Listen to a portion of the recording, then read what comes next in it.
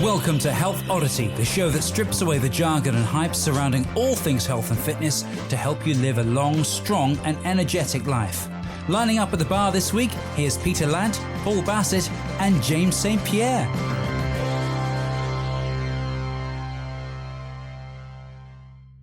Hello and welcome to the Health Oddity podcast, episode 33. I cannot believe we've been doing this for 33 consecutive weeks now, but it's fantastic. And every week we get great guests. Last week we had a great guest. It was me. Okay. We're all nodding our head, by the way. Yeah. Who did we have last week? Oh, yeah. I was expecting sort of some, backup there, but everyone just was silent. But yeah, we have great guests every week, and this week is no exception. So this week we have joining us. In fact, what I'll do, I'll introduce the usual suspects before we go into that. So Mr. Peter Lant is here as usual. How are you, Pete? I'm all right, considering I've just had half my back gouged out, but it's okay. I wanted to be here. So I told them at the hospital, I was like, I'm leaving, I'm discharging myself, and I'm going to do a podcast. So I'm here for you. Good. Excellent. Well done. And how are you today, Mr. Paul Bassett? Fine. Not particularly dramatic day. So no, you haven't had any surgery today, no? Not today. No. Okay. I did have to put a plaster on my son's finger. Okay. Oh, isn't that nice? Was that so he'd remember something? Yeah, it was paper cut. Oh, they're the worst. Oh, they're horrible as well. That's the high drama as far as we're concerned. That's excellent. And then we also are joined today by none other than Claire McCarthy Booth. Is that okay, Claire? Claire Booth is fine. Claire Booth is fine. Okay, yeah. Claire Booth is fine. Now, Claire is senior Strongfirst instructor. She is the head of Strongfirst GB. She is a Strongfirst elite instructor as well, which we will explain what all these terms mean as we're going, and we will make everything very, very clear to you. But Claire is with us today. We're going to find out a lot about Claire, her history, where she's come from, how she got to doing what she does now, and what she's learned along the way. And Claire also is one of my coaches as well. So I work with Claire. I did a session with Claire yesterday. She's helping me prepare for the Strongfirst bodyweight certification, which is, I'm reliably informed, going to go ahead in September. It's been put off about 3 times over the last year with everything going on, as everything else has. But yeah, Claire's helping me get ready for that. She's a fantastic coach. And I'm really going to look forward to speaking to her today. I'm sure we're all going to learn a lot. So hello, Claire. Hi, it's a pleasure to be here. Excellent. So do you want to start maybe, Claire, by telling us, like I said, I've known you for quite a long time, for quite a few years, but I've probably not heard your backstory as it were. But if you can sort of let us know, who you are, where you're from, and how you got where you are today. Okay, so I've actually been lifting weights for about 30 years now. So showing my age, I'm actually 49. Since you were 4. Yes, lifting weights since you was 4. Yeah. Okay. You silver-tongued devil. And I came to sort of Strongfirst via sort of like bodybuilding. So I come from a bodybuilding background, won numerous titles, I think probably 28 titles, some national, some international, regional, etc. But everything was very how you looked. So if you want to create a few insecurities and disordered eating issues, yeah, bodybuilding is probably the way to go. And I think in my late 20s, early 30s, I was in a significant amount of pain. I moved. I look good. And that was about all you could say. I look good. I was good to look at, but absolutely of no use to man nor beast because I was in pain all the time. And I was coaching at the time, and then got introduced to kettlebell. So I move on. I went to the RKC, became an RKC level 1, RKC level 2 the next year. And then Strongfirst was born in 2012, I think it was it? Yeah, 2012. Right, yeah. So I went across there and moved probably I would say in my late 30s and my 40s. One, I'm not in pain anymore. I move better. I'm more powerful, and I am stronger at nearing 50 than I ever was when I was bodybuilding. So what was it that initially sort of attracted you to bodybuilding, sort of, 30-ish years ago? What was it that, I mean, I would imagine it's not the usual thing for anyone to do, but it's not the usual thing for a lady to do, to get into bodybuilding. What was it that kind of attracted you to lifting weights and to getting into bodybuilding? I was always very active at school. I always participated in every sport. And then I left school, like many people, became a little bit sedentary. So I was like, I really need to join a gym. And at the time, I was a student, didn't have an awful lot of money. So I went to a gym called Pumping Iron in, yeah, I know, in the local YMCA, run by a guy called George Scott. And he was a former Mr. Great Britain.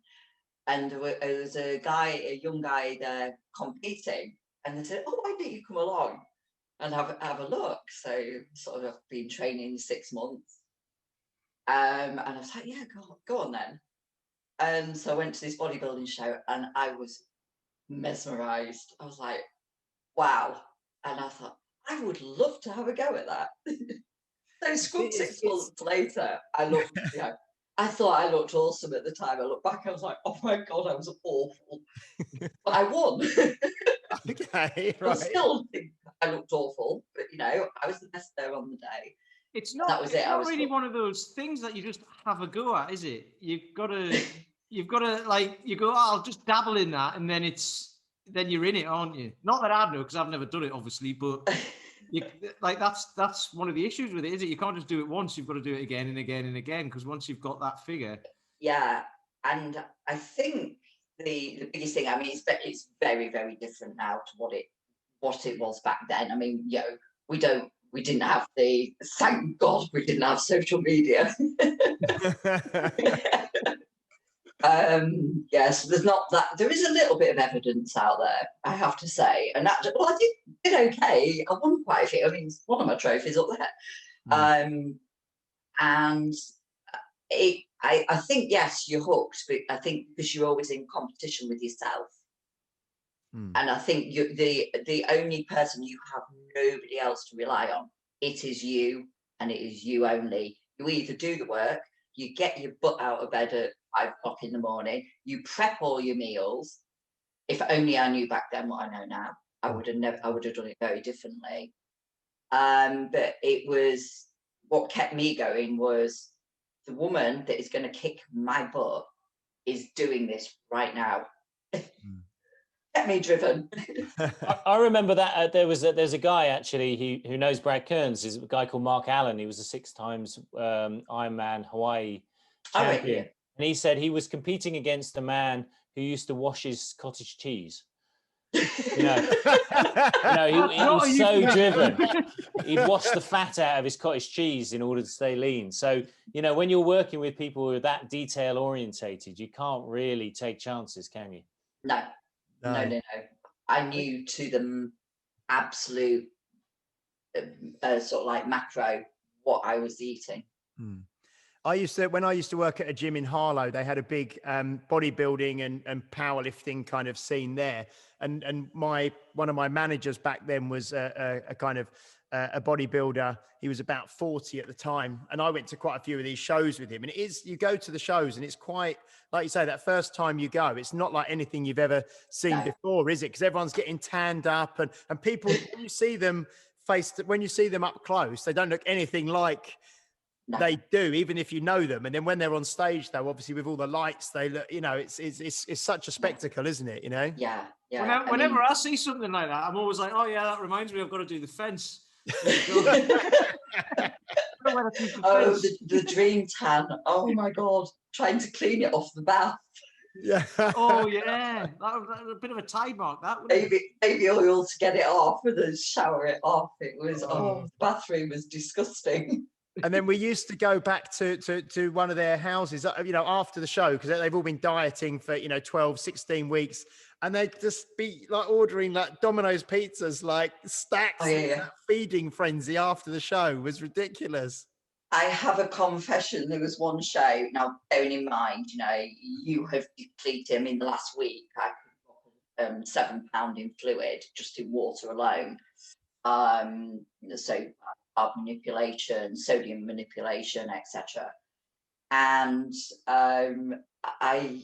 I'd really depleted. I think I'd done 2 or 3 shows pretty much back to back, and I just absolutely could not stop eating. I put on in 10 days 24 pounds.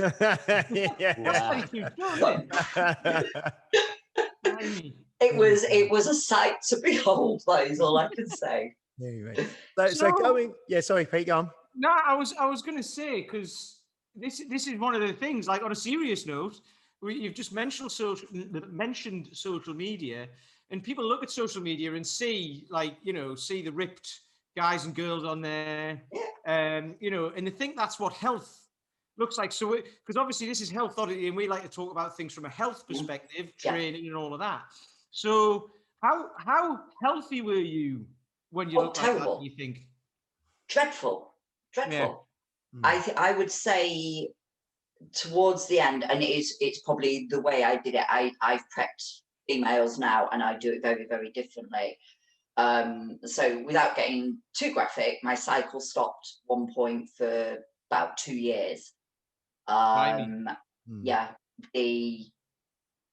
I did it low fat, whereas actually now, having done DNA and etc. on my body, was completely the wrong thing for me. It was sheer determination, stubbornness that I continued, did it. But I would say it probably took me 3 or 4 years to actually recover from it at the end. Because you don't just fall into this. You don't just fall into that kind of physique. It doesn't just creep up on you. Oh no. It's constant. It's constant work. It's constant.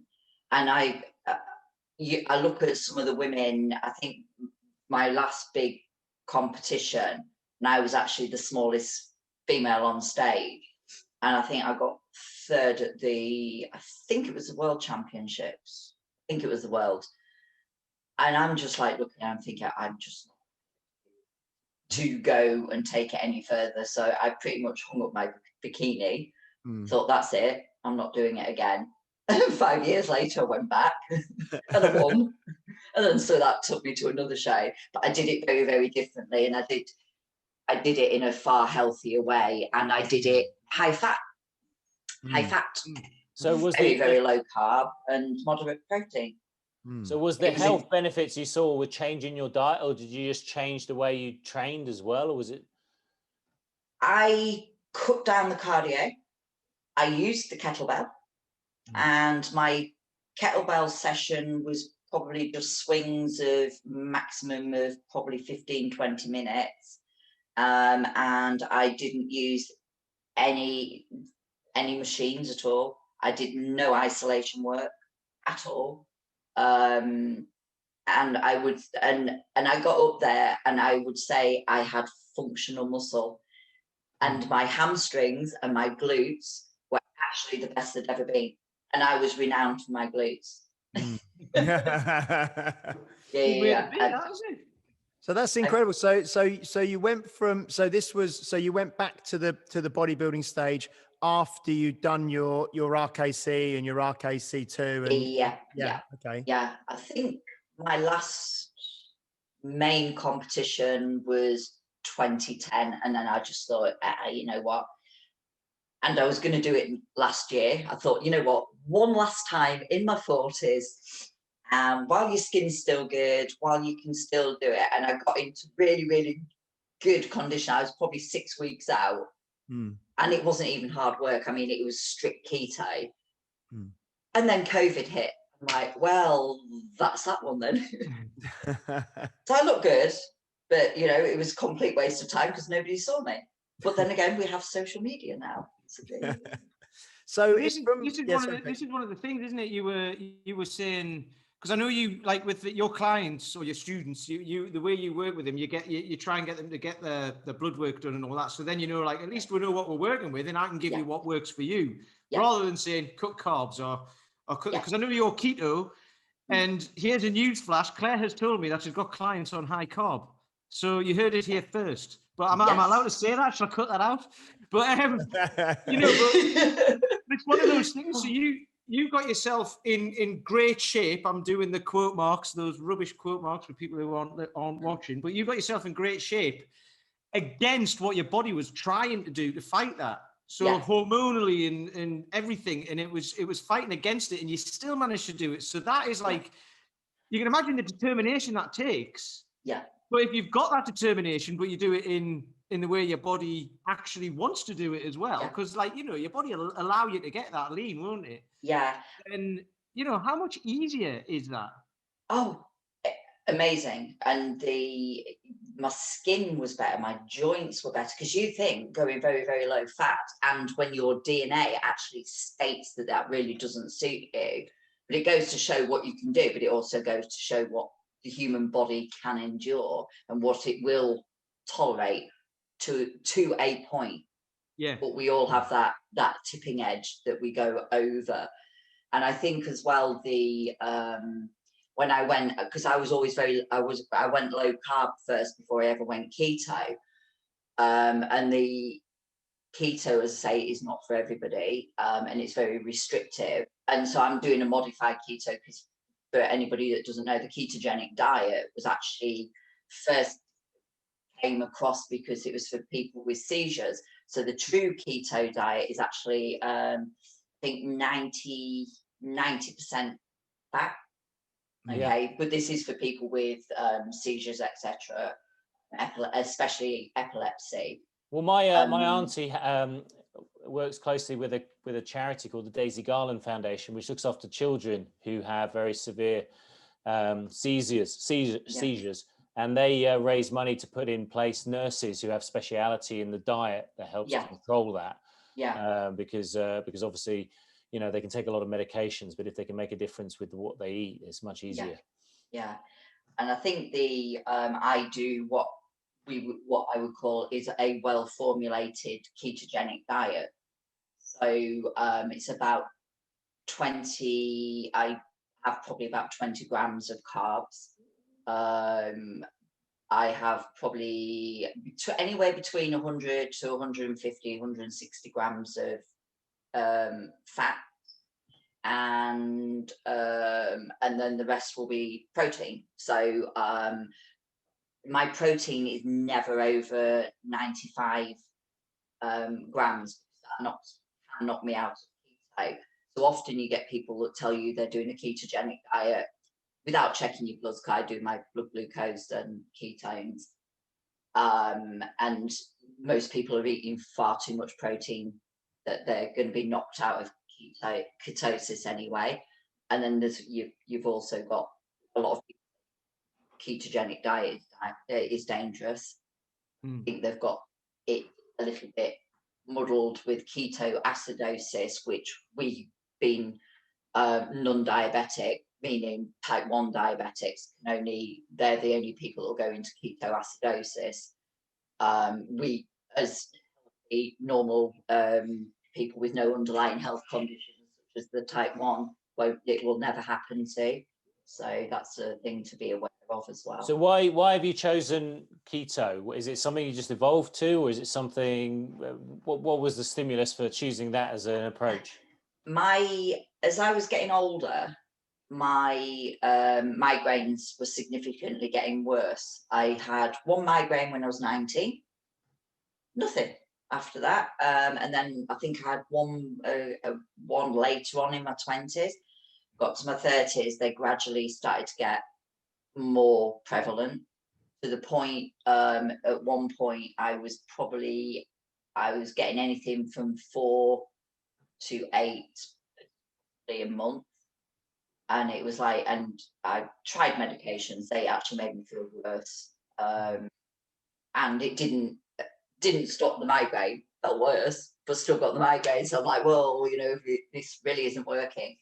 And I read an article by Dominic Agostino, who specializes in ketogenic diets, and he works for NASA and the Navy SEALs because ketones work on stopping seizures for rebreathers for the Navy SEALs. Because so when they're going down, when they're going down diving, they can get seizures on these certain oxygen rebreathers. Don't ask me about it, I have no idea. So he specializes in it, and it was an article he wrote, and you think seizures are a neurological disorder. What are migraines? A neurological disorder. And it was suddenly that light bulb moment. I researched everything, you know, made sure that I'd got my electrolytes correct, like my sodium, my potassium, magnesium, researched it, and within 2 or 3 days I started it. The difference was huge. I mean, literally, it was night and day pretty quickly that my migraines was lessened, and then they suddenly just, and that was it. And I was like, oh my God, this is amazing. And if anybody's, I don't know if you guys have ever had a migraine. Yes. No, I haven't. No. I don't get them anymore, but I used to get ocular ones, so I'd get the aura, if anyone knows what that is. Yeah. But I wouldn't necessarily get the headache, but I'd just be confused for about an hour and I couldn't speak. Yeah. And I had that during sessions. I'd be trying to coach someone, and I was like, I can't explain what I need to explain to you, so just do some swings while I sort myself out. It was quite embarrassing. It's actually quite nerve-wracking, especially if you lose. The last one I had, because I've had a bit of stress and etc., and I couldn't get into ketosis. My blood glucose didn't go up, or my ketones wouldn't go up, so I was out of ketosis, and I got blood glucose of 2.1 at one point, and I was like, but I've still got no ketones, so probably running on cortisol completely. And so the migraines came back, but they actually came back more severe.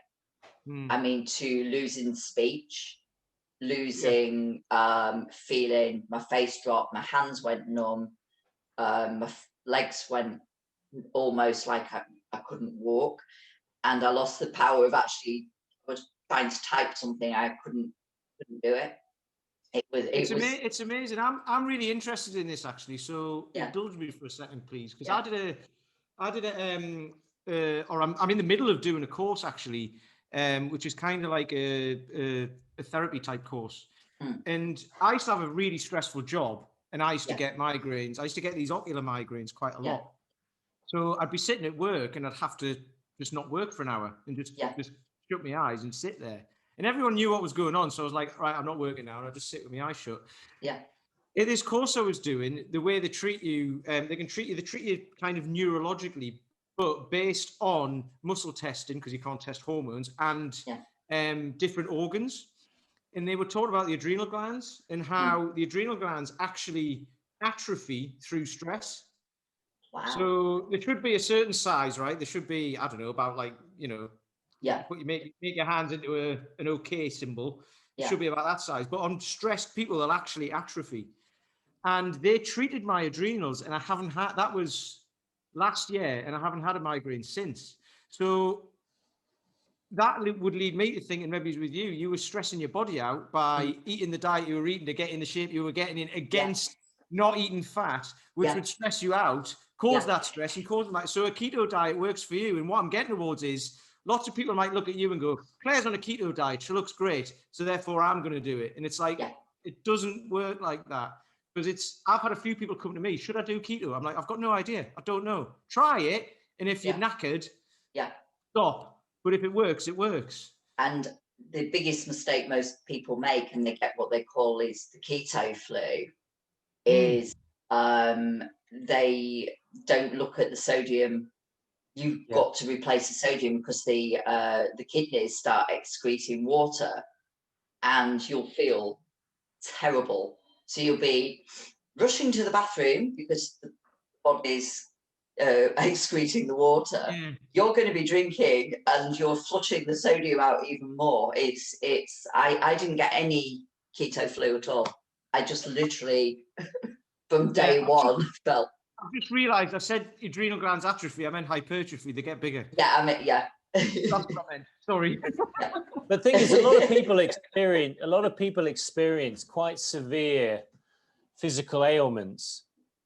You know, we're working with clients who've come to us, and they're like, you know, they list a series of things that they're experiencing that are, to me, would be kind of completely debilitating. You know, I couldn't imagine being in a situation in which they were recurrent, but they perhaps live with them for a long period of time. What makes you the kind of person to do something about it? Because not everyone does something about it, do they? Sometimes they're quite happy to that's you know, that's my trajectory. That's the kind of I'm very, very surprised that you know, I work with type 2 diabetics, etc. You know, there's all the metabolic life, and putting it bluntly, lifestyle issues that, I mean, potentially you're going to go blind, you're going to lose limbs.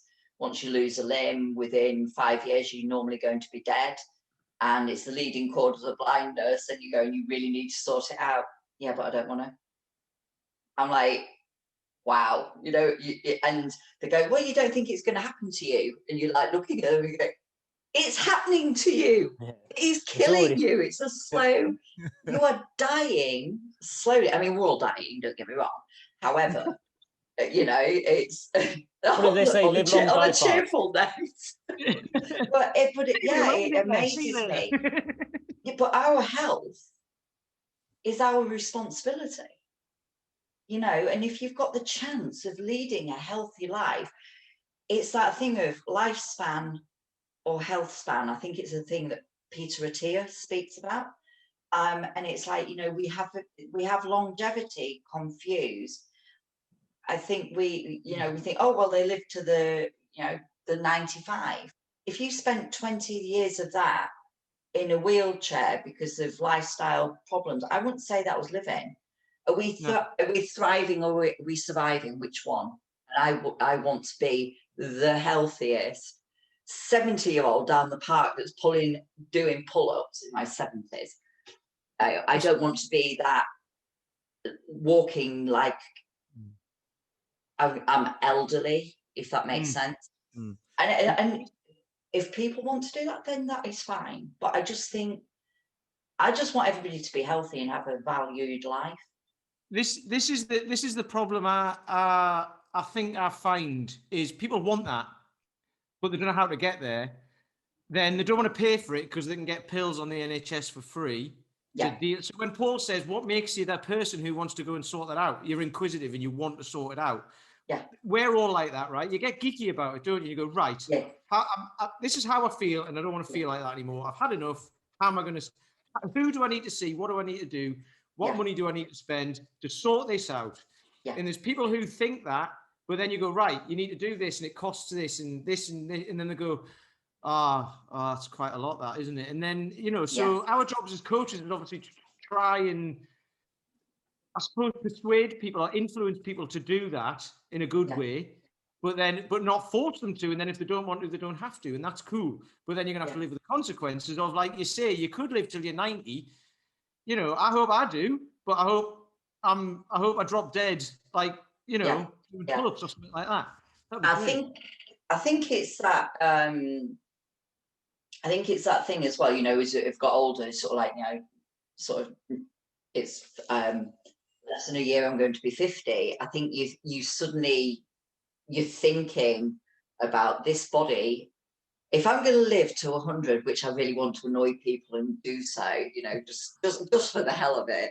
But and I think I want to be in the best shape that I can possibly be in to enable that, which, I mean, we're losing muscle from the age of 30. I think, is it 10 if we don't exercise? 8%, I think it's 5% every 10 years, but that's it. That's if you're active, I think. Not necessarily lifting weights, but I think that's if you're active. So it's actually higher than that for most people, probably. And I think as well, it's that I think it's quite scary as well when you think that when I'm working with somebody, I'm more passionate about their health than what they are. And it's like, and as you can probably tell, I'm very passionate about what I do. Oh, well, there was a trainer that when I first got into personal training, I was speaking to a guy because I was just trying to work out how he such a busy books. Really busy books, really lovely guy. But one of the things he told me, he said, Paul, you can't want it more than your clients. I know. Because I do spend a lot of time pre-qualifying. I call it pre-qualifying. I know we're talking about sales talk here. Pre-qualifying people. Say like Phil McDougall says, the people who approach him are the people who are going to be most receptive to his way of teaching. I mean, and that's probably for you. We kind of segue into Strongfirst.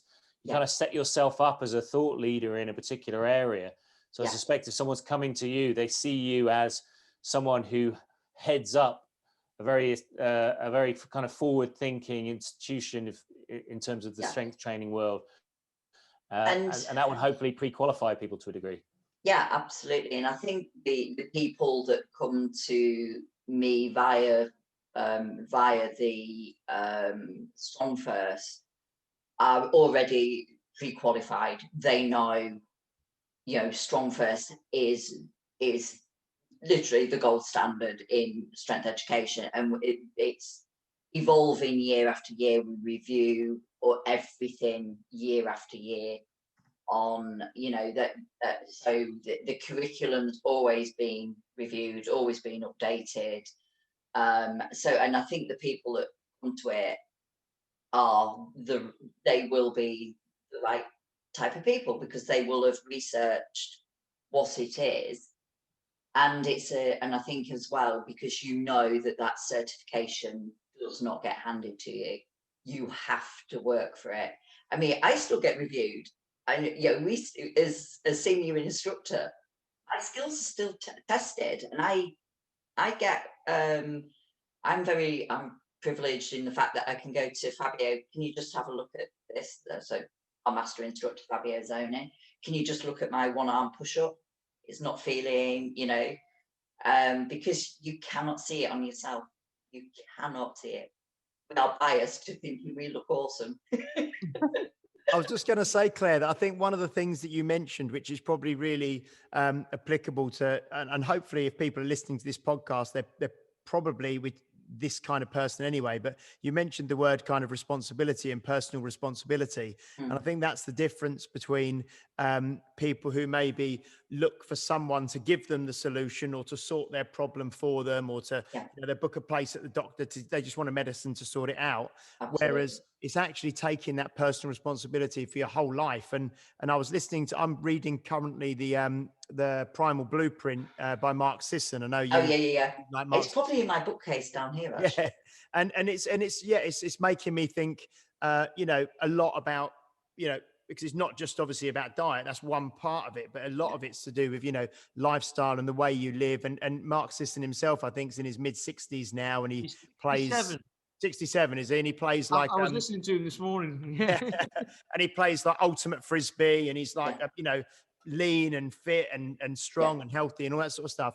So I think that kind of personal responsibility, when people have that, that really is the game changer, isn't it? That's the difference maker, really. And people who come, like you say, people who maybe get interested in Strongfirst and they approach you, they're people who are looking to take responsibility for their own strength and life, aren't they, really? Yeah, absolutely. I mean, going back to Mark Sisson's, that's how I came to the low carb. So it was all those years ago, I think, when it was probably the Primal Blueprints first came out, probably. I mean, we're going back probably I think it was about 2008, 2009. Yeah, was it? Yeah. So I think I probably even got the first edition. My question to you, Claire, Is James a good client? He's okay. He got personal. Yes, in fact, I can honestly say, I do not work. I haven't got one bad student. You know, I think the right people gravitate towards me. And the thing that I actually get people say to me is when they actually meet me, that they see me online, oh, you're a lot nicer than I thought you would be. I have no idea what sort of person they think I am. But clearly terrifying. I was going to ask Claire, you're one of the things that anyone who meets you in person will see, and probably be able to see on videos as well, is your posture, the way that you stand and walk and hold yourself and do exercises is like, I know someone who was a former like very what's it called, like the Royal National Ballet, you know, like ballet, you know, like a dancer kind of posture. Have you always had that, or did you do gymnastics when you were young, or did you do ballet or something? Or I was a ice skater, believe it or not. Okay. You missed that out. You can still see this physique in a little dress.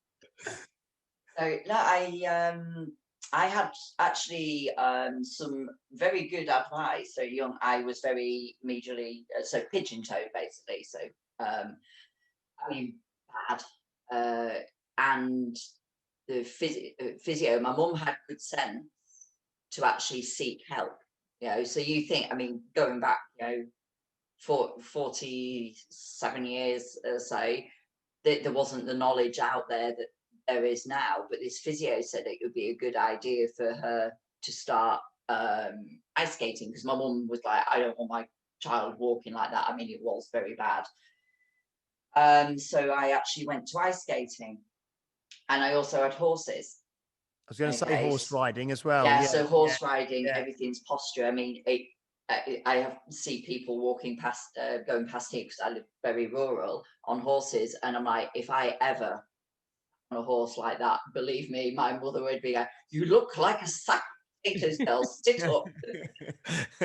There's a good selling point, though. It's much cheaper to get yourself a coach than to have to buy a horse. Yeah, absolutely. Good posture. Go get a horse. I'll look forward to that Facebook ad, Peter. Don't look like a sack of potatoes. Get a coach. So when you first so you've become like, got into sort of Strongfirst sort of methodologies and training, and the kettlebell initially. So you first of all started getting into the kettlebell. What was the next thing for you after the kettlebell in terms of the Strongfirst curriculum? I did the level 1, level 2, and then it was the SFL, so the barbell certification. I might just pop that in, because how would we explain Strongfirst to someone who'd never come across it? I mean, how would we set them up? I mean, I know what they are, but yeah, I mean, Strongfirst is basically an education. It does strength education, but it also runs courses for and workshops now for not just instructors, not for fitness professionals. So we cover all bases, so all people from absolute base level that have got no experience with the kettlebell, which, I mean, really, in the age of the pandemic, most people really did need to seek advice on how to use a kettlebell if they've got no experience. So we run courses as well, so 1-day courses, 6-hour workshops on foundations, etc. And then we do certifications, which are 2 to 3 days of teaching people to either instruct, but actually on our weekends, it's an actual mix. Not everybody's fit pro. Some people actually do it as a personal challenge, because it is a challenge. You know, I've trained police officers, I've trained military that have got no experience, that have just come along for the crack of it, and I've trained paras, Marines for it, and they've all said that snatch test is tough. It's never nice. It doesn't matter how many times you do it, it's never nice. When you hit that 70th rep, you think, yeah, I'm there. What I got out of it, so I did my level 1 in 2014, I think it was. November 2014 was the first one I did. And that was a massive challenge for me. 3 months before that, I was 216s was what I was using, and I had to pass it with, it was double bells at the time, I had to pass it with 224s. But what's happened since is the level 1, it's not easy, it's never easy, but I can pass it pretty much. I'm saying this, I'm setting myself up now because I've got to pass it again in September, but you know, no pressure, Pete. It takes you from seeing it as a challenge to actually then it just becomes something you can do. And that's kind of the next starting level for you to then springboard you towards the level 2 and the SFL, which we'll not talk about because I'm not very good at that, and all the other stuff. So the thing is, a lot of the time we all come to it from a different perspective. I mean, the SFL for me, I was from a barbell background, so it was, and so was Fabio. We both sort of like barbell bodybuilding. Fabio was powerlifting, so that's never a challenge. But me with kettlebells and body weight, wow! I mean, that was really, really challenging. So I think none of us get an easy ride, whichever modality we do. There's always going to be that something that we find really, really challenging. And I think that's the beauty of it. And I think that's the beauty of the people that come to Strongfirst always are striving to be the best trainer that they can be, or to be, to challenge themselves, to learn more, to, and every time I go, and I mean, I have no idea how many snatch tests I've done and how many certifications I've attended and taught at, I always learn something. I mean, I just went to Italy a couple of years ago because Brett Jones was teaching. I actually had pages of notes, and I mean, that's probably my 13th or 14th, well, probably more than that actually, Strongfirst SFG1, and I still came away with pages of notes. This is what's great about it. So, like for the SFL, say I'm just me and barbells don't get on, right? I can do all right, but I just the standards for the SFL, like, and especially at the end of the weekend, I was. You need a coach, Pete. Well, I can't book. Well, the gyms have been shut, so I haven't been able to do anything on that. But what was I going to say? The good thing about it is you can attend these and not pass the standards, but you still learn loads to help you on your journey to be able to get either to the standards or just to get better at using the kettlebell or the barbell or your body weight to train with. And you get training programs from it and all of that. So, and you get the support of the community and all of that as well. So it's really, it's an expensive certification, which puts a lot of people off. But actually, you get paid back that for the next 10 years, don't you? And you also think, what people don't see, what goes in behind the scenes. And, you've got, we have assistants, we have a master instructor, we don't have one person stood at the front teaching a room of 30 or 40 people. It's like you've got team leaders, you've got seniors, you've got masters, you've got assistants. I think the last one we had let's do the pre-COVID one. I mean, I think the student to assistant ratio, I think was one assistant to 2 to 3 students. So I mean, that's that you're getting good instruction. And what people don't realize is, any of you guys, if you assisted, you get tested. You don't just walk in there and assist. And stuff, and we don't have, and I think what the beauty of Strongfirst is, we don't have that. It's about the aesthetics. You rock up with your 6-pack and you whatever, look at my booty sort of thing. It's not that.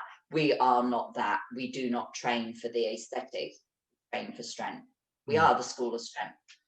I think if you did, Pavel might have some different trousers. He always wears the same trousers.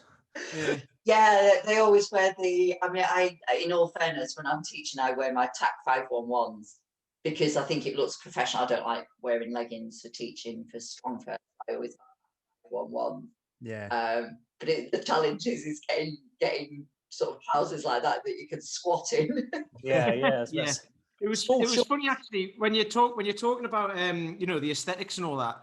There was one guy anyway who I remember at mine who looked the part and everything, and I rocked up and I was like some skinny because I'd lost a load of weight as well. And during the snatch test, you know, he was trying to muscle the bell up and use all of his strength to get the bell up rather than technique, and he didn't pass it. And then little weedy old me did. You know, I was knackered, but it's not like it doesn't matter who you are, what you look like. It's achievable with the right, with the right approach, isn't it? Yeah, and I think the biggest mistake that most people make, whatever they are doing within training, whether they're getting ready for the certifications or whether they're trying to achieve a specific goal, the most people that I actually work with, I end up actually backing them off the training. They're either trying to be all singing, all dancing, I need to be good at this and I need to be good at that and I need to do this and I need to do that, or it's just the chronic overtraining. And I'm like, do you know how much I train a day? And even when I was competing at my high level, I wasn't in the gym hours. You know, when you watch I don't know if any of you guys ever watched the Jodie Marsh. Oh yeah, the documentary. she went into bodybuilding. God, how to damage bodybuilding once and for all. That was dreadful. I didn't spend 8 hours in the gym ever. You know, if you're spending 8 hours in the gym, you're doing it wrong, aren't you? Let's face it. It's like... I might spend 8 hours in it now, but it's coaching people. Yeah. I like what you say, because there's one example where that doesn't hold true, is it? And that was it the guy called Harold who just rocked up, and you were like, who wants to do the beast tamer? He goes, what's a beast tamer? He goes, you've got to take that bell there, press it, pistol squat it. And he was like, what, like this? And it was like, yes, exactly like that. Oh my God, you know, I mean, he did the pistol, didn't he? He did everything. Yeah, he was like, I started following on Instagram, and it was just. I think he missed the pull up. I'm not sure whether it was a pull up, and it was like, oh my God, he didn't. I mean, to walk in, go, oh, what's a beast tamer? Oh, yeah, I'll have a go at that. Not something you just have a go at, is it? Let's face it. Yeah, for those who don't know, guys, the beast tamer is it's a pull up, a pistol squat on a strict overhead press with a 48 kilo kettlebell. And the female equivalent is the Iron Maiden doing those with the 24, I think. Is that right? Yeah. So, I mean, that's something that you have to train seriously for, unless you're this Harold or whatever his name. Yeah. I mean, he was. I mean, he still is. He shifts some serious weight. He was great. Harold is the kind of name. What's that? Harold is the kind of name that kind of is like Clark Kent, you know?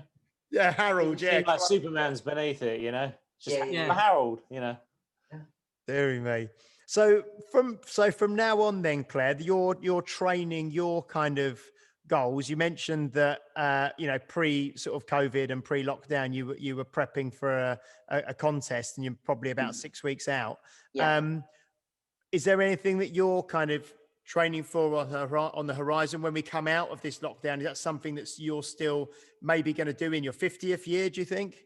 I would like to probably just do it once more to see if I can do it. I mean, I don't know if they run classes for over 50s now. And I'm just thinking, while the skin's holding up and stuff, but I've got to say that's a good thing for keto. Definitely better for your skin. And for ladies, if you want to boost your collagen, make your own bone broth. Don't buy the expensive collagen stuff. Do your own bone broth. Explain to us, Claire, because I mean we kind of heard of it and know about it, but I don't think we've actually mentioned bone broth on this podcast before, I don't think. Mhm. 33 episodes. But Yeah. can you just explain, bone broth and the benefits of and how you make it? It's all I literally do is a bit of turmeric. My local butcher who does all organic food, oh my God, his food is amazing. His meat is all organic. So you drive in and there's all the oh dear, there's all the little lambs and stuff. You're like, I'll have that one. Yeah, And he's like, "I'll be back in a that second." one's mine. Fabio adored the food because he stayed with me while he was isolating, and he was like, "Wow, this is really good quality meat." So I get my bones from him. So when people say that if we go to sustainable farming, all his bones from the animals go to a bio plant, so they're not just thrown away or anything. They're sort of biofuel or something. I have no idea if that's completely, but apparently, yeah, they do that. But yeah, so the biggest problem that we have with our skin as we get older is the elastin and the collagen gets damaged. One of the biggest damages of skin alongside direct sunlight, etc., is sugar. High carb diets. You know that crepey skin you see when people got really glycated skin. Keep your sugars low. And so we need to replace the collagen, and the bone broth is very, very good for digestion. So I just chuck onions in it, turmeric, when your vegetables are just going a little bit soft. Well, I'm not going to use those, so I chuck them in, and then just put it in a slow cooker or crock pot. And how many hours do you cook it for? Is it like 24 hours? Yeah, I do it 24 hours, but usually after 12 hours, it's fine anyway. And I just let it cool, take the excess and skim the stuff off the top. And and it's great. And then you can if I'm in the day, because I don't tend to eat in the day, I haven't eaten yet. I might have a cup of it at lunchtime if I'm feeling hungry, but I prefer to fast 24 hours. Really, I feel better. It's basically just a stock, isn't it? It's just for Yeah. the easiest way to describe it to people is just if you make your own stock, it's just that, but like out of like carcasses and stuff. Brad Kearns talked about nose to tail eating, didn't he? I mean, when you look at most people's diets, they're chicken breasts, sirloin steak, they're specific cuts, and there's very little fat. There's often no bone. We don't make soups out of chickens anymore. You just get the chicken breast or buy pre-made soups or whatever. And so you're not getting any of that nutrient kind of variety from the actual full carcass, are you? We eat too much muscle meat. You think what the Maasai and the warriors go for? They go for the offal. That is the first thing that they go for, the blood, the offal, and stuff like that. So I actually eat a lot more offal than what I ever did. Don't get me wrong, I like a good cut of steak like anybody else, but I like a fatty cut of steak or big beaky steak. But I eat a lot more liver, a lot more kidney, heart, and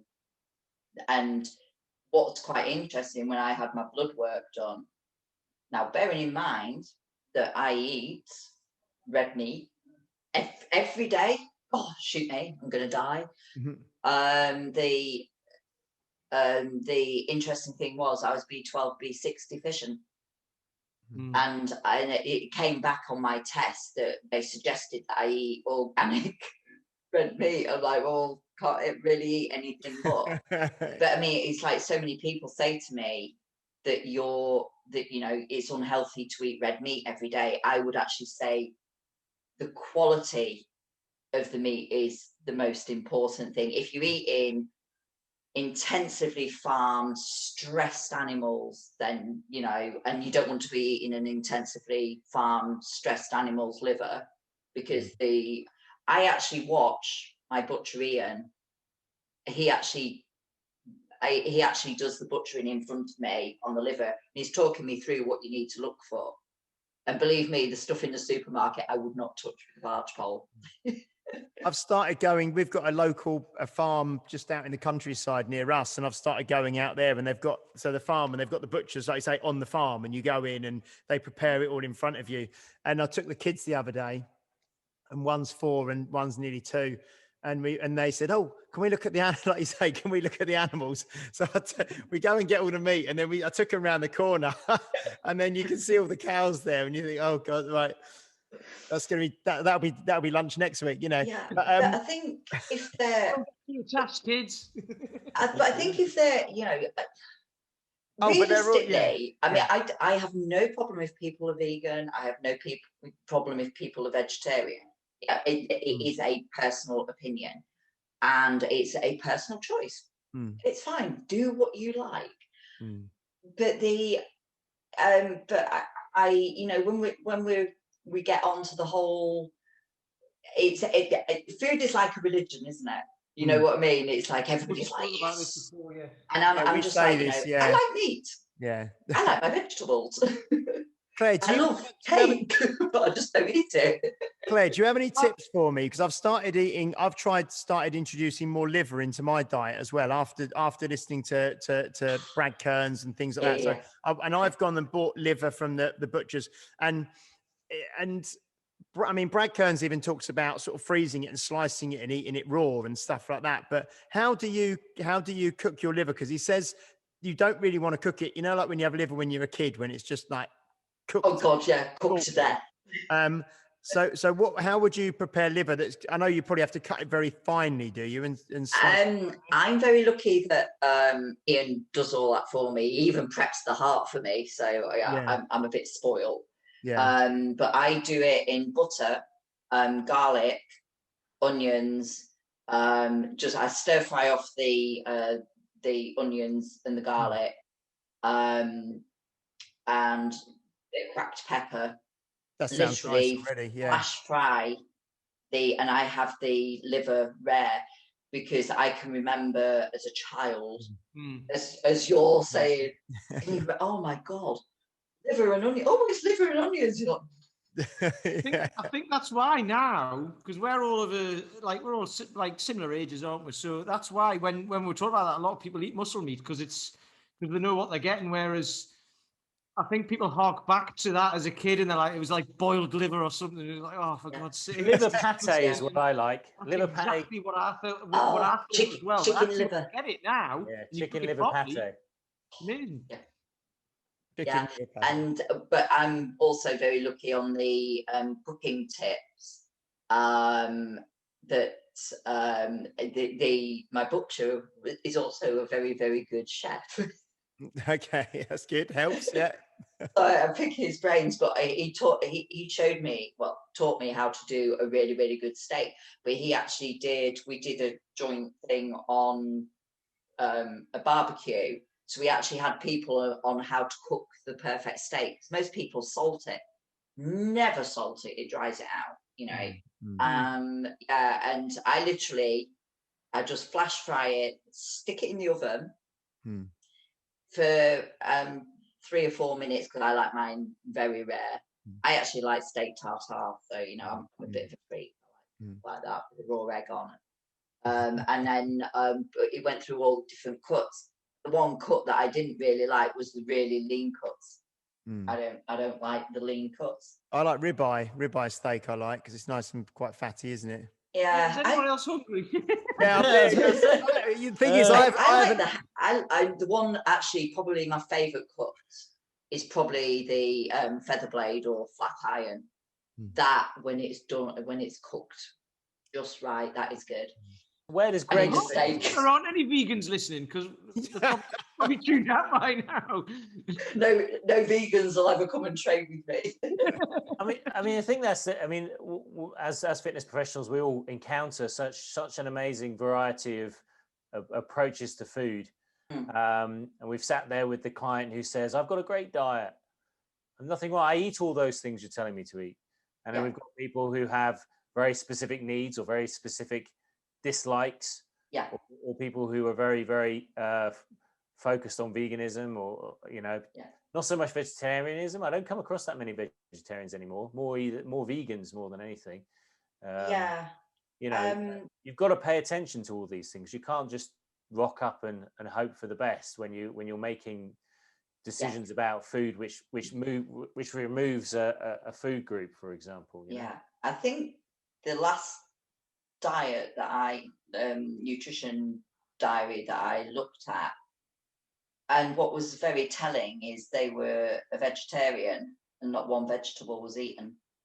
Yeah. Yeah, you can get very unhealthy vegetarian. It was literally fake food.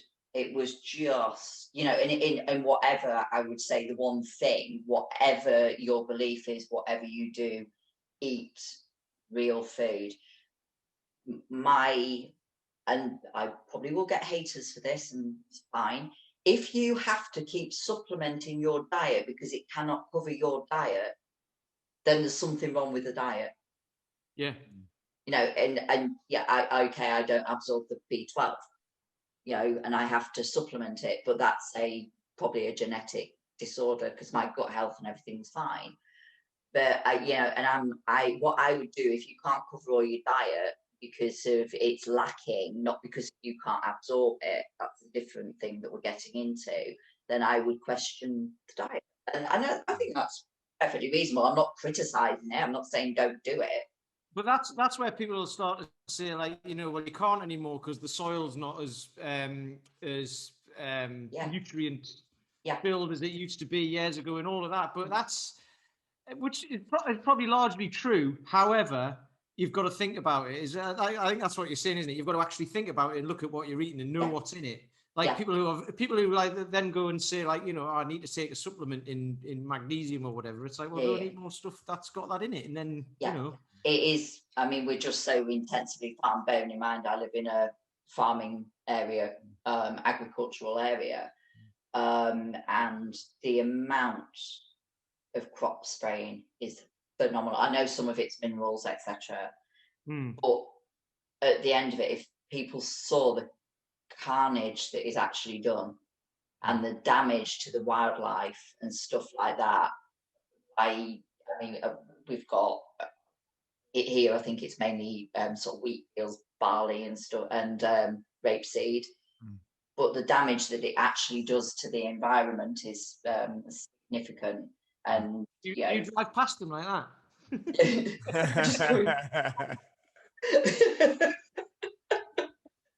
And then you've got all the little lambs in the field, and they're so cute.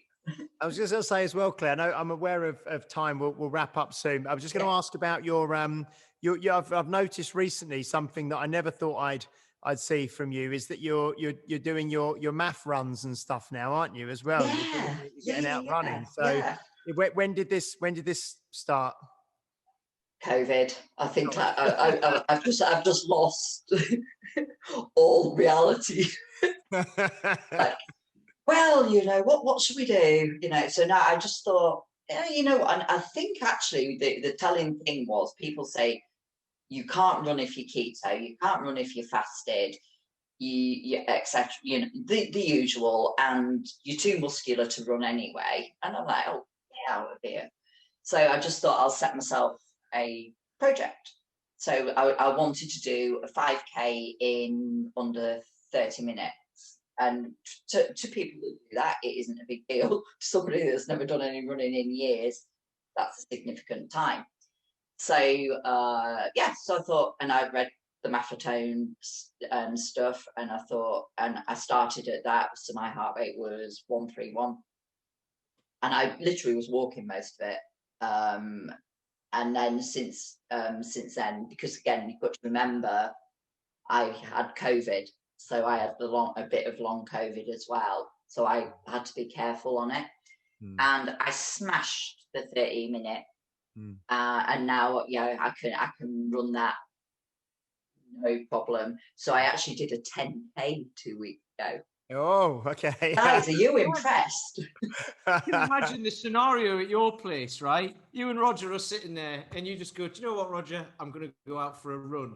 It'd be like Stepford Wives or something. Be like, what have you done with Claire? What have you done with her? Where's she gone? You're not her. Something's happened here. So I'm just going to go do a 10K. But I got to say, what was really, really telling is it was easy. It was actually, and I mean, I've gone from doing a 5K and I just thought I'm really enjoying myself, and I carried on, did a 10K, and I felt really good. But again, I didn't overtrain, and I literally run once, maybe twice a week. That's it. You know, it's kind of similar to some of the teachings of Strongfirst, which are, you know, how do you build strength is a skill, you know, so focus on the skill set, and then, you know, be understanding of the adaptation. So you don't need to train like crazy. You don't need, as we said earlier, 8 hours in the gym. You can just choose a very simple plan that you do consistently, that you have principles progressive overload, and then your body will adapt, you know. It's the same with the math system, you know, just go out there, follow the system, don't overtrain, be consistent, and the body will change. And I think people don't trust the process, and they don't follow the plan. Oh, I've done this program for 3 weeks. Yeah, well, it's an 8-week program, or it's a 12-week. I think that's a lack of patience, isn't it? It's like you say, trust the process, but be patient, because people want results too quickly, don't they? Absolutely. Strength takes time. Fitness takes time. You know, and if people actually set foundation, they set the base level, and they get that right, then everything else falls into place. But if you rush it, you don't move well, then you're setting yourself up for injuries. I mean, I was speaking to a guy today, and you know, doctors are recommending they have surgery on his psoas, have hip replacements. He's had loads of different issues, and you know, speaking to them, you know, no history of strength training, no history of technique work, no history of movement kind of coaching, and but also a history of being active and sedentary at the same time. And it's like this perfect storm. You get someone who wants to be active, race the car, who doesn't move well, and you do that for long enough, pay the price. And again, you think, I'm sort of like 49, I move better than I ever did in my 30s. I'm in less pain. I can do basically butt to the floor, so ass to the grass squats, no problem. I can do pull-ups. You know, I can deadlift, I can pull over twice body weight deadlifts, and I can press 24 kilo kettlebell with no pain. And that didn't happen overnight, and it didn't happen by accident. But I do listen to my body. If something hurts, I've got a little niggle, I don't lift. I literally do not lift. You know, and I think that's it's very, very telling that, you know, people go, oh, well, by the time you get to 40 squatting that low, you're going to injure yourself. And I'm like, oh, I'm squatting just fine, you know. And that's what I find interesting as well. So this is bringing this back full circle, which, you know, is you've been training most of your life. So you know about this stuff, but you still have to work hard at it. So when you get people who are deconditioned, who've maybe been fit in their 20s and then haven't done anything because they've got married and had kids and been busy with work and all that, like the usual stuff, and then they get to mid 40s, say, or late 30s, mid 40s, and then they're like, right, I want to get back in shape again. I'm gonna hit it hard. It's like, you know, even if you have been in shape all that time, it's still hard to maintain it and hard to keep it going. And well, it's not necessarily hard. No. It's you've got to be consistent. You've got to have that work ethic. So if you haven't been, it's just going to take that little bit longer. But actually, it's well worth it. And then you don't go to the doctor and they go, oh, by the way, you've got arthritis in your knees because they're sore. When they haven't taken an X-ray, it's like you can't tell by looking. It's just because I'm 50 years old. That's why you're saying it. And if I go and get a coach and learn how to move, maybe that'll go away. It's moving well, and I think I'll let people into a little secret. I hate exercise. I hate exercise. I don't go get up. It's not. I have a love-hate thing with it. I get up. It's discipline that makes me do it. Okay, discipline. vanity, health. It's a, I don't wake up every morning and thinking, boom, I'm going into the gym. It's part of my life and I do it. And it's something that I never got out of. And, you know, I don't, you know, it's like today I have to do a 246, 246, 246, 24 load of reps with 95 kilos. You know what I mean? And it's like, that is, it's a love-hate relationship. I do it to see if I can do it. But I don't want to do it. I don't know. I don't get what it is, but I still do it. What's funny? What's funny there is as well what you've just said there as well, and you said this a while ago. It's something I was at. I can't remember which one it was, but anyway. And you said to the entire group, you know, you were standing there teaching in front of everyone. And you said, "I train for vanity." Yeah. You know. Yeah. And there's nothing wrong with that, because that's where people will say, no, it doesn't matter what you look like, it's how you feel and all that, right? Which is is fine, and it is, and all of that. If it doesn't make you feel good, there's no point in doing it. Yeah. But like there's strong. problem. There's no problem with wanting to look the best you can. There's nothing wrong with it, as long as you're prepared to put in the work and it doesn't affect your entire lifestyle. If I want a six-pack, then I know what I've got to do to get my six-pack. Okay, I haven't quite got my six-pack at the minute. I've got a COVID pack at the moment. But, I mean, this is the heaviest I've been for a while. But I think it's that thing, you know, if I want a six-pack, I want a six-pack. But what's quite funny is people feel that they can just comment. When I walk down the street, they can make a comment about me. Yeah. I'm like, that is so rude. Yeah, imagine the other way around. If they said, look at that fat gate walking down, you know, that would be awful. One of my guys said it to me the other day, because I've actually been eating more, putting on a bit of muscle, you know. And I put a post up yesterday about it, actually, because I've got some you know, some love handles going on. But then I videoed myself doing pull-ups, and actually the difference is massive, right? Yeah. But he'd said on Tuesday, and he didn't realize this, but he'd said, he goes, because he's losing weight because he's getting married, so he wants to look his best. So we're working on that. Yeah. And he said, "You look like you've put on weight. What's going on there?" And I was like, he feels like he can say it to me, right? And I'm kind of all right with it, but it was right at the wrong time for him to say it, because I had a picture taken to show the doctor about the thing on my back. I had a picture taken, and I hated it. I was like, right, I need to do something about that. And he hit me just at that time. And I was like, you kid. So yeah, people, isn't it funny when you're in this industry, people can comment on you however they like, but you're not allowed to do it the other way around. I was on a treadmill, and it was when I was competing, so I had shorts, crop top, and I'm tunnel vision. When treadmill was, when I used a treadmill, and I can remember this woman was on the treadmill next to me with the trainer, and she goes, "Oh God, I don't want to look like that." And he went, "Don't worry, love, she's his favourite." And I don't think that's going to happen. I was going to say, yeah, you just need to get your comebacks in, don't you, as you go, and that's the way to do it. To be fair, it's never going to happen. You know, you've got to work so damn hard. Yeah.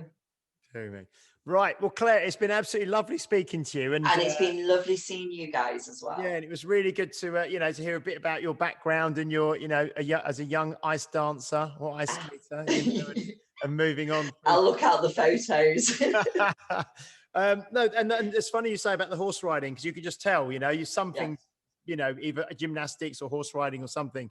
But no, that was really, really good. If people want to find out more about you or follow you and or get in touch and see the kind of things that you do, how would our listeners seek you out? What's the best way? I'm on the Strongfirst website under Claire Booth. My website is Bodyology, or you just find me on social media, Claire McCarthy Booth, or whatever my Instagram is, Clarella Boo. That's it. Yes. So no, it's fantastic. And your Instagram's great. I follow you. Lots of the listeners, lots of the members here follow you as well. And I've kind of said that I've got you on the podcast today, so everyone will be looking forward to listening to that, which is great. Do you have any final thoughts or anything you'd like to say, Mr. Peter Lant? Again, no.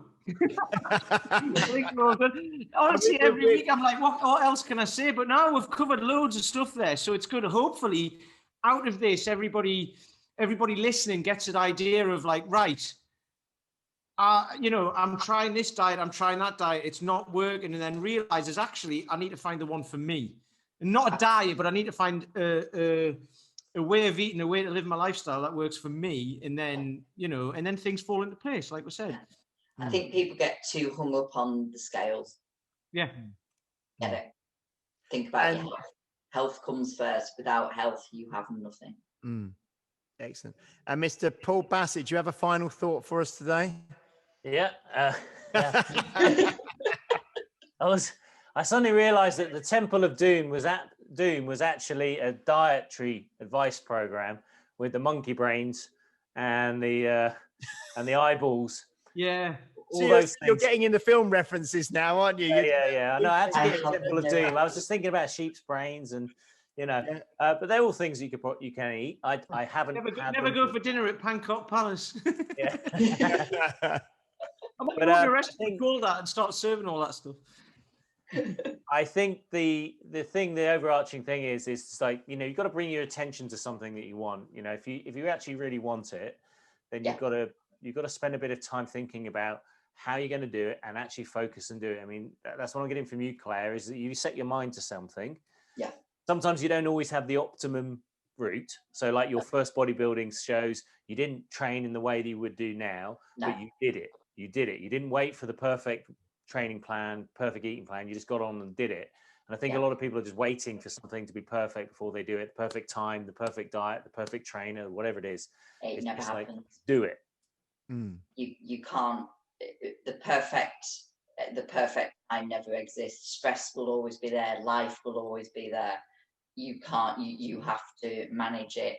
You have to manage yourself to fit with it. We've all got the excuse. We all have stress every day. That's life. So unless you want life to stop, it's that thing, isn't it? Which I always say, I hate all these old cliches and sayings and that, but then I keep bringing them up because they actually mean they're really good, aren't they? But the best time to plant a tree was like 20 years ago, wasn't it? And then the next best time is now. So it's one of those things, isn't it? Yeah, absolutely. Excellent.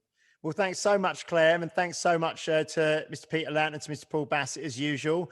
Thank you for listening, everybody. Please do like, subscribe, share, and if you watch us or listen to us on Spotify or iTunes or any of those kind of platforms, please do leave a review for us as well, and any comments you'd like. And on the social media posts, please do share. We've got a whole month of fantastic guests already lined up. I think we're fully booked for the whole of April, are we, guys? We are, yeah. We've got Finn next week. Yeah, and we got Lauren Brooks from San Diego. We've got Tim Anderson, who Claire, as well. Tim Anderson from Original Strength. Steve Maxwell. When's Steve? Is he this month? He is in April, yeah. Wow, we've got an incredible month, which has been kicked off by an incredible lady, Claire Booth. So thank you so much, guys. Thank you so much for your time, gentlemen. Cool. Thank you. We will catch up with you all soon. We will see you next week, next time for episode 34. Thank you for listening and see you later. Thank you. You've been listening to Health Odyssey with Peter Lant, Paul Bassett, and James St. Pierre. To get your regular fix of hype-free health, you can subscribe and leave a review wherever you get your favorite podcasts. You can find out more on today's and other topics at healthodyssey.com or find us on Facebook or Instagram by searching for Health Odyssey.